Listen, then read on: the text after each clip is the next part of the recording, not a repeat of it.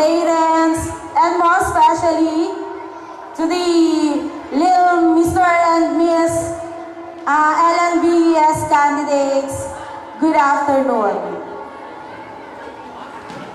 So, everybody is requested to rise for the invocation to be led by Mrs.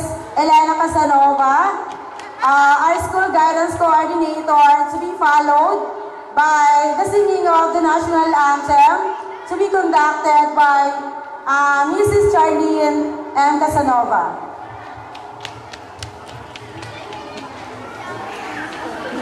Huwag ka naman yun. May feather sa mga bago. Yun nga, Ang lahat po ay inaanyayahang tumayo para sa isang panalangin. Ilagay po natin ang ating mga sarili sa banal na presensya ng Panginoon. Sa ngalan ng Ama, ng Anak, ng Diyos, Espiritu Santo. Amang banal na lumikha sa lahat, kami po ay lubos na nagpupuri, dumadakila at nagpapasalamat sa iyong banal na pangalan.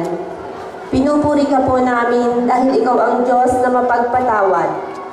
Ikaw ang Diyos na tagapagligtas. Ikaw ang Diyos na makapangyarihan.